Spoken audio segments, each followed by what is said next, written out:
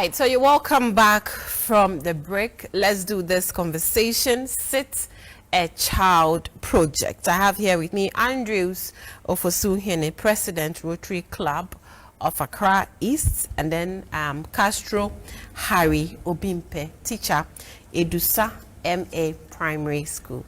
Good to have you here. Teacher Obimpe. Madam. But class by now, Che. Oh, I teach science in the GHS. Oh, I see.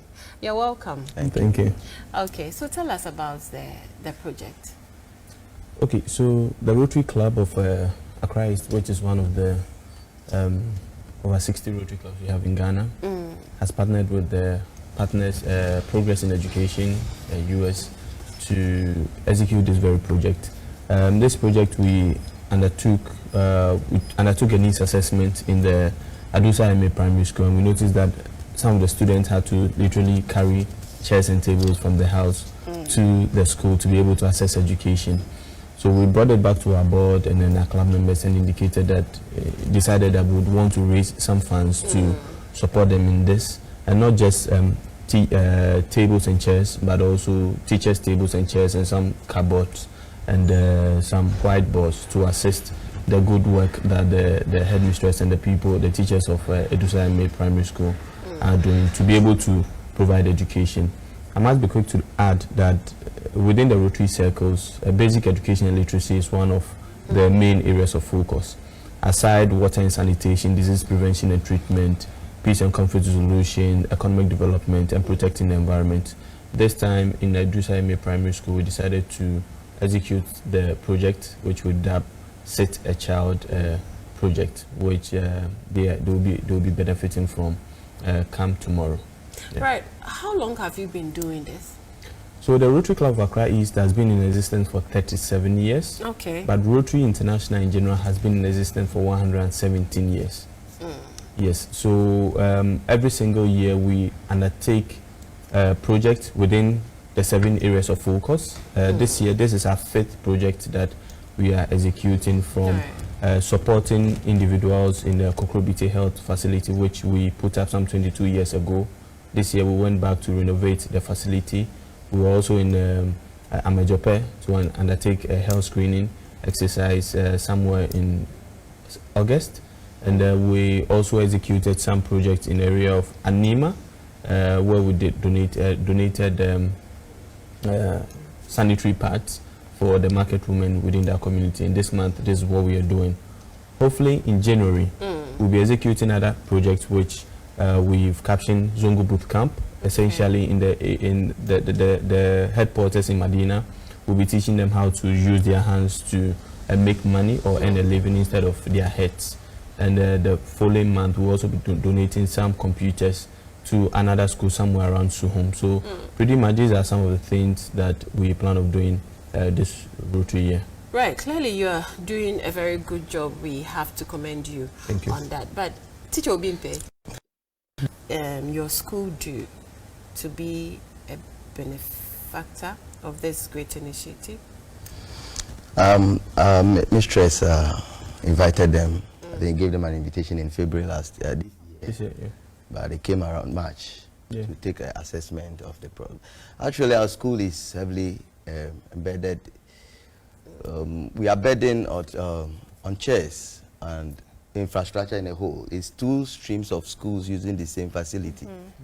So the benevolence of Rotary Club has really come to support us. But we still have even more. But as Ghanaians, Oliver Twist will be asking for more. But then, I think for now, we are appreciative of what Rotary Club has come to do for us. We have over 600 students using few dexes, and they came to see. Some have to carry dexes home, and this is Accra. Sometimes you wonder, but that's the situation we have. So they have come to sort of relieve us of some kind of pressure. Edusa is Accra. Edusa. Yeah. Accra, which part of Accra? Around Maira. Yes. Maira. Off Pokwasi Road. Oh, okay. Yeah. So we are really talking about Accra. And the sad part is we have 2 streams of 2 different administrations using the same block. So what they are coming to give to us will be used by 2 different schools, but having the same block. So that is how. But what have you done about that situation as a school, even before the Rotary Club came through? Actually, you can't usually do anything on your own in this kind of circumstances. Looking at this, a school that was established in 1960, having suffered a certain kind of, I just want to be careful of the word I use. I mean, suffered this infrastructure deficit for a very long time. Sometimes you are thinking in your minds, what can you do? But the most we can do is sometimes when people come, it's an emerging area. It came there, you know, people are moving towards that side, and a lot of people come every day seeking admission. So the best you can do is probably you come, we tell you, okay, the classrooms are for government, you are a Ghanaian, we can deny you admission, but if you can support your daughter, your son with a chair, probably that we don't have a problem. So that's what we've been doing, and we've called on community members, we've called on some individuals to help, but you know, sometimes you only, as a beggar, you don't have a choice, you wait until it comes. So their benevolence has really been of help to us. So there's nothing like a GES head or GES units in that area? Yeah, we are under the Ga West municipality, that's Atama Samai, our new director. It just came this year. We have a new director from, I think it's the Victor Noi Tewia. You know, Ghana is a country where everything has to be done by the government. So when you go and tell the director, these are your challenges, you pen it down and then you have to await till the... It would take such a long time. The top response. Sometimes, you know, time is very of essence. But I believe with this, tomorrow, after the program, I think it will also give us the energy to engage the community more. Okay, so what process do you go through before selecting your beneficiaries? So it's pretty simple, but I must say it's very exhaustive as much as possible. So before I assumed office, I was elected 2 years ago to be president of my Rotary Club, and I happen to be the 37th president in my club. Now, you are elected a year and a half, 2 years before you assume office, and you're expected to put together a plan of action. Within this period, you are supposed to identify the needs, and your earlier interview indicated that you need to be intentional about living. Again, within the Rotary circles, we are intentional about leadership. So once you assume office, before you assume, you should have all your projects and everything sorted out. Should in case you're unable to make it throughout the Rotary year, whoever assumes office, ordinarily will be your vice president, should be able to continue and end your term till the end of the Rotary year. Some 3 years ago, may he so rest in peace, I was then my PR director with my then president, late Ibrahim, who unfortunately he was on set like we did, but he passed on a week to the end of his tenure. But because he had already planned everything that he wanted to do, the vice, Ajo Akpalu, picked up the mantle and then ended the Rotary year.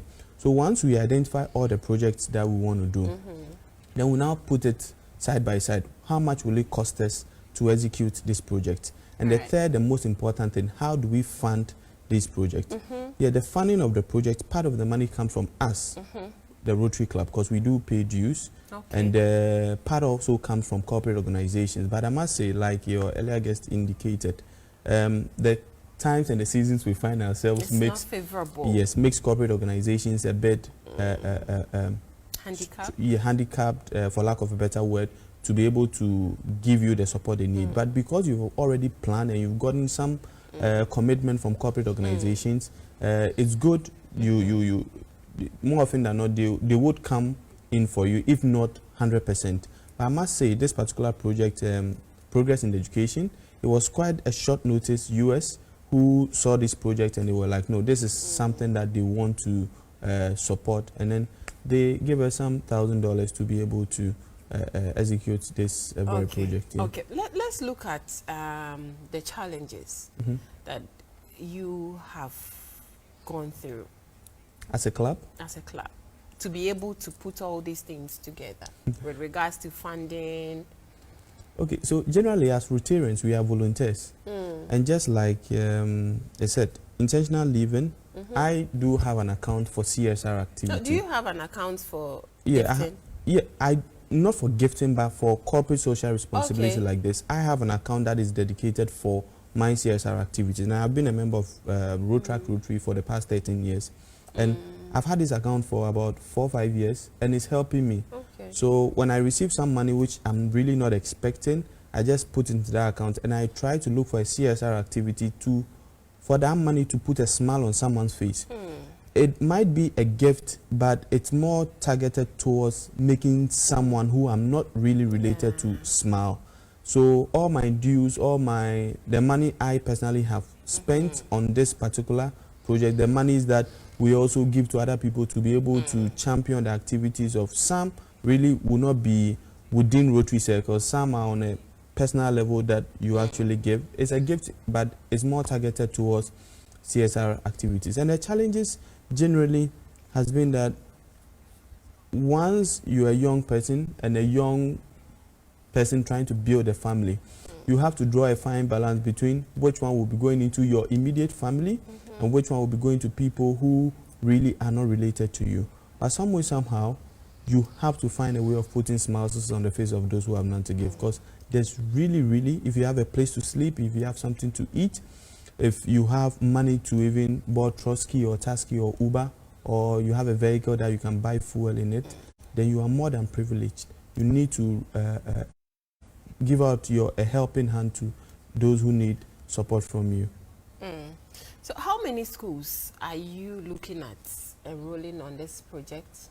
For this particular project, those 2 schools are the beneficiaries of this particular project. But this Rotary year, we are doing a total of 7 schools in all. All in Accra? Not all in Accra. So even though we are Accra-based, our projects span across. 2 years ago, we executed a project all the way in Sinyangsa Primary. Then we also give them dexes. That was about 100 dexes in the school. Just like Edusa MA, students were lying on the floor and then they were trying to access education. We donated 100 dexes of chairs. Sinyangsa in the Upper-East region, in the Middle Belt, in the Southern sector, wherever we find a need which falls within our area of focus and we think that they need our attention. Obviously, it's subject to the board's decision to say that this year, this project are the ones that we would have to look at. Unfortunately, their project came tops once immediately we put together all the projects that we wanted to execute. At the event, the venue, are we to expect any known face? Yes, we've informed Adusa MA to invite the Director of Education, the District Director of Education, the opinion leaders, the Parents Association, and they've indicated to me that they will be present in there. For one reason, and the community, because one key thing that we are passionate about is sustainability of the project. Because after the project has been executed, we would always come back. It may not be me or my project director. I was telling Castro on our way here that someone might come in unknowingly on my blind side to come and check whether the project we indeed executed is actually being taken care of by the school. And it will not be good if they, as a school or as a community, decides to run the project down. Then it will be them footing themselves in the foot, because there will be individuals who will be there. Rotarians, obviously business professionals who are cutting across various sectors of socio-political divide who will be present in there. So yes, there will be some known faces in there, but they will be coming in there not as known faces, but as Rotarians who are looking for ways to put smiles on the face of those who have done together. Aside from providing desk and chairs for school who do not have, what else do you give them? Okay, so what we will be doing tomorrow will be the community engagement on how the community, the opinion leaders, the assemblyman, the chiefs in the area, the parents association, the district director of education, to ensure that these items that we give, they need to own it as DS. The stories was told one time where one of the Rotary clubs drilled a borehole for a community, and when the borehole was not functioning, they called them that borehole na musi maeno asent mumbe sisi. You know, it was because sustainability was not embedded in the whole project. But if sustainability is part of the project, then they wouldn't wait for that project to actually be run down. They will own it and they would run with it. So that next time when you come and see how well they've maintained the project, it will push you to actually look for another need in that community to meet. So that is what, for me, it's very important, the sustainability aspect of the entire project there. Right. Sit a Child project. How did you come about this name? So, of course, there credit to my PR and project director. It's a whole board, the vice president, secretary, treasurer, people who are playing different roles like you're running an organization. And the PR team is, once the project comes up, they have to come up with a name that would be fitting the project. So the next project we'll be doing is the Zongo Bootcamp, where we'll be training headquarters on how to use something. And these are all names that they actually come up with. How to use... You'll be training how to use their hands to make soap, bead making, how to use their hands to make money instead of their heads carrying the heavy loads. Teaching them how to fish. Yes. Okay. Exactly. And not just that, we'll also be creating a market for them. So once they're able to do it, we'll identify a ready market that is ready to take on what they're actually producing. So the value chain is not broken. Providing them with the training, the raw materials, they will actually be the ones doing the actual job and would provide them the ready market for it. But that is a project for sometime next year in January, February, as we're looking at.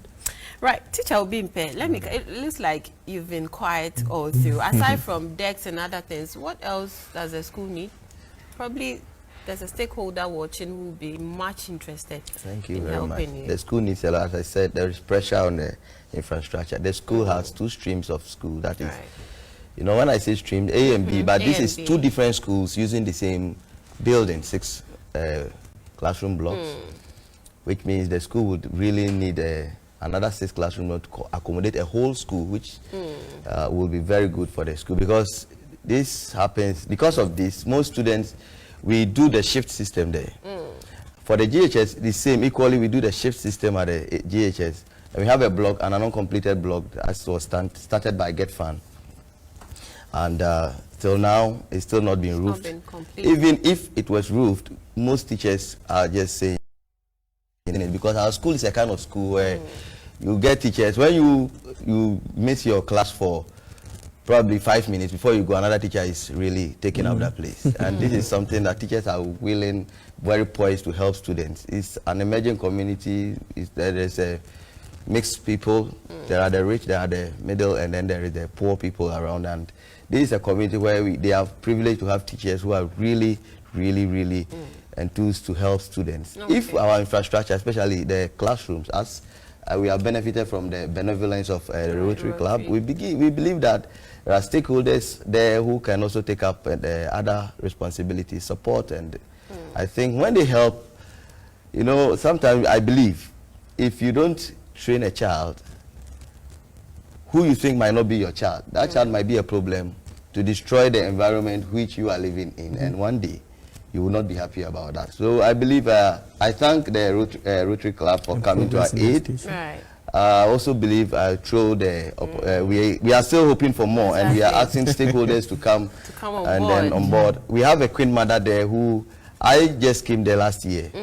I've heard a lot of things that she has done, and I believe we have a library block that is being built, and I learned 30 years ago.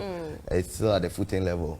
So these are all things I think. Rotary Club will come to your aid again. It shouldn't be only one. But I believe, come on board. Because when you look at the whole environment, we have people. I think, as he said, after this project, I think we take up the opportunity to engage with the community, and then we see what the best that can be made out of this. I believe that this is the time where communities should come together and see how best they can raise up the future generation we are talking about. Everything can be government, because at this point, when we want to think government alone, government must go everywhere. But you live in a community where you have a school, and you think this school, if it is better, it will bring out people who will be responsible in the community, and I think that's what the community should do. Okay, we have just a few minutes to go. Your final words. Yes, I want to say a big thank you to everybody, diverse roles, to my Rotarians, the 77 members of the Rotary Club of Accra-East. A very big thank you all the past 36 presidents of the club who have held the fort for us to be here today. More importantly, to Progress in Education US, who have supported this cause. They've also indicated once we're able to execute this well, it's our first time partnership. We're hoping for more from them, then possibly we'll be able to look at other areas of interest as far as their aims and objectives. And also to TV Africa for hosting us on your show. I know a lot of people are watching. Very big thank you to you for hosting us, and we are very, very much appreciative that anytime the Rotary Club of Accra-East calls on you, you're more than ready to be of assistance to us. Not forgetting that the head mistress of Adusa Eme for throwing us a hand of invitation to give us a reason to put smiles on people's faces. I don't know what these children will be in the near future, but I believe that once they are accessing education, then they'll be better off than they're not accessing education at all. Thank you. Right. Thank you so much for coming. We wish you. Thank you, but I think I heard you wish the PRO for Education Directorate. Yes. I also want to ask you to, you were asking when he'll pass here, but when he passed, there is a school in Edusa that has an uncompleted Get Fund project. So I'm also asking that. You're a stakeholder. You're a stakeholder here now. So now you'll be the PRO for Edusa. And I think that with your help, you know, when people hear of the needs of people, there are many people, like our sister was saying, that there is a gift, budget for people. Probably somebody might be of interest. Sometimes it's not only the government, but stakeholders should come on board. Let's put a smile on these people's face. We are thanking Rotary Club and TV Africa for the opportunity given. And we know that from now our school we'll see some facelift, and we are so glad. Progress in education. Thank you so much for coming, gentlemen. Thank you. We'll be there to support you. We wish you all the best in the events. So this is where we end this morning's edition of the Breakfast Live Show. My name is Lebene Abrokwa. I'll see you soon, but before that, a very big thank you going out